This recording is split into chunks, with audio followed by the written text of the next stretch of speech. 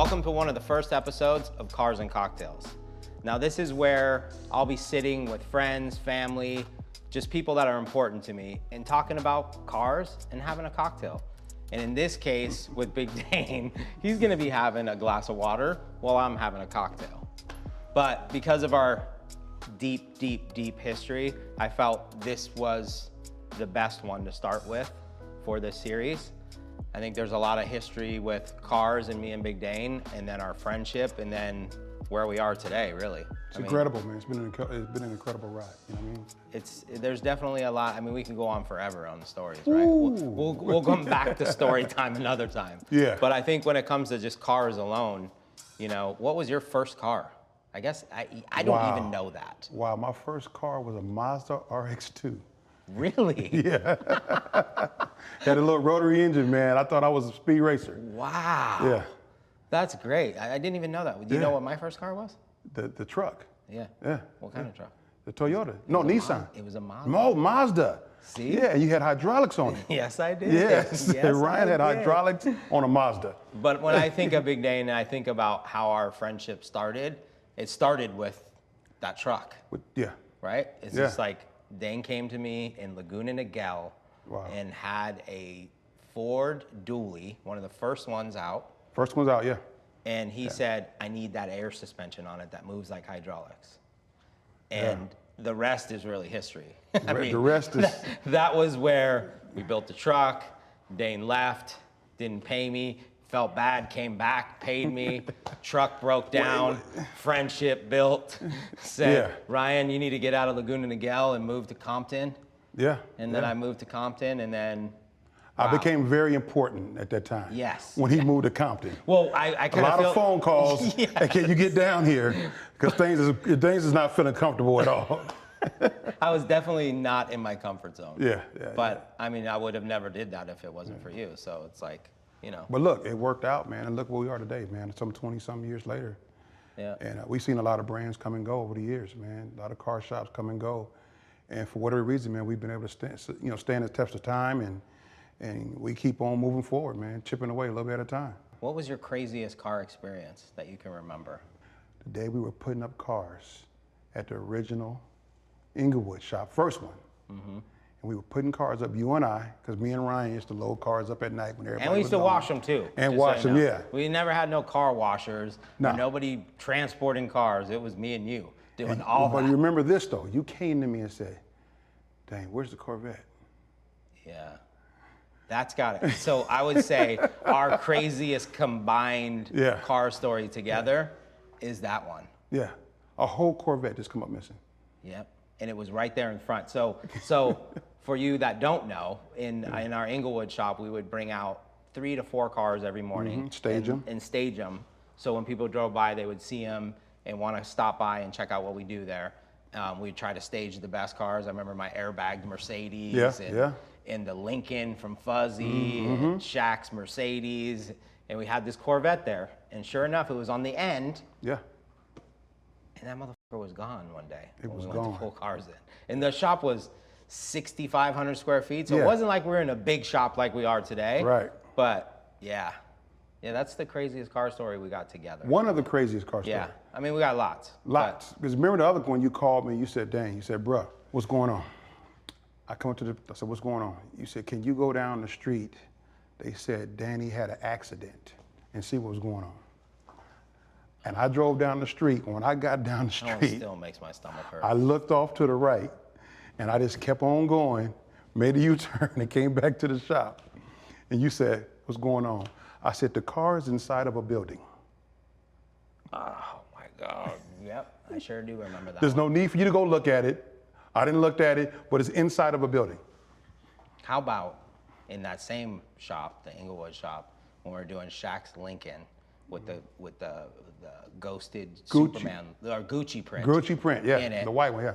And they were moving it, put it in reverse instead of drive, and drove it into the lunchroom. How about that one? Yeah. See, people don't know about these crazy stories. I think we need to make a whole series about just the crazy events in our journey together. It's been so many, man. Yeah. It's been so many. But you know what, real quick, going back, some of my fondest moments where I just felt so powerful, so invigorated with the brand. It's when we were a little unknown shop, and we would go to these car shows, man, and we was just caravan. We didn't afford transport. We couldn't afford transport. So we would borrow clients' cars, and then we would caravan to these car shows. Yep. 10, 12, 15 cars deep. Those moments and those days there, man, those are like true to my heart, man. Yeah. So, Dane, never mind the cars that we love or the cars that, you know, give us memories. Let's talk about the cars that we want to forget about, the Pimp My Ride cars. You know, I thought as a businessman, when it came to me, the idea, like, hey, this is going to be good for us. You know, it was in one of those down and out times that I was going through, and it was like, you know, let's try this out. And I know it's you ride for whatever I say anyway. So it's like, all right, if you believe in it, Ryan, I'm with you. And all the time. We believed in, you know, our good buddy Exhibit, brought him to the Wow. table. Wow. So which car out of that series would you just want to completely delete out of your brain? I mean, for me, it's tough. There's at least 40. The Trans Am with the chandelier. Why did I know and the you were gonna makeup say thing in the back, and the father that kept coming up my there, God. and he would catch you when I'm not there. Yep. And you used to kept telling me, like, bruh, this dude keep come up here tripping about this Trans Am. See, let me tell you what happened. What happened was we built this car for this girl, the girl on the show. So we made it for her. She was a makeup artist, so on and so forth. So we built this makeup artist type vehicle out of a Trans Am. Lo and behold, come to find out that the car was actually her father's car, so he was trying to do the woo-wop and get the car done. And was like, I don't want this makeup shit. Yeah. I don't want all this. Right. And it's like, whoa, you weren't part of this episode. Yeah. Wait a minute. But he kept coming up there impressing, and he would get there like early in the morning before I get there. And I said, don't worry about it, bro. One day I will catch him. Yeah, I will catch him. So that one day I caught him up there, man. And I'm like, man, what's the problem? And he's going in. I'm like, look, man, the car, that's your fault. The car was, you know, for your daughter. It was submitted for Pimp My Ride. It was submitted for Pimp My Ride by your daughter. We did it for your daughter. Whatever his little sidekick he had, next to him decides to chime in, and he got a hard check. I looked to him, I said, man, next time you see grown folks talking, shut the f up. And he looked at me like. And you fully said it like that. Yeah. And when Big Dane says, shut the f up like that, when he gets that little like, I don't know, it's like a little growl to me after he says, shut the f up. Like, just shut the f up, seriously. But, you know, But yeah, I mean, he never came back. That's got to be one of the ones. I mean, a lot of them to me, I would wish we could just delete just from just the brain damage of ungrateful people. Oh, wow. You know, like you're doing something nice for somebody. Was some of the stuff over the top? Yes. Was that our fault? No. Was there battles and battles from us kicking them out of our shop because of the creative control? You remember that? Yeah, oh yeah, I remember plenty of them. I remember plenty of phone calls from you telling me, I'm gonna kick these motherfuckers out of here. I'm gonna shut this down. But when it comes to like me wanting to delete something out of that archive, man, I was gonna go right for that Trans Am. You took the Trans Am from me because I was gonna take that one. I snatched that right up really filled. That really. I reached right in your back pocket. Oh, Give me this one. What about that orange Ford truck? Because there's a couple I liked. I liked that little Mitsubishi little van, like that little tiny van. Yeah. Maybe the first episode I would like to delete with Antoine. Yeah. And that Mitsubishi car, whatever that was. I don't even remember, bucket. Man. That was horrible. Yeah, I don't know. That's a hard question for me. You know what's crazy is like when I thought of this, like just sit down of, you know, let's talk about cars, let's have a cocktail.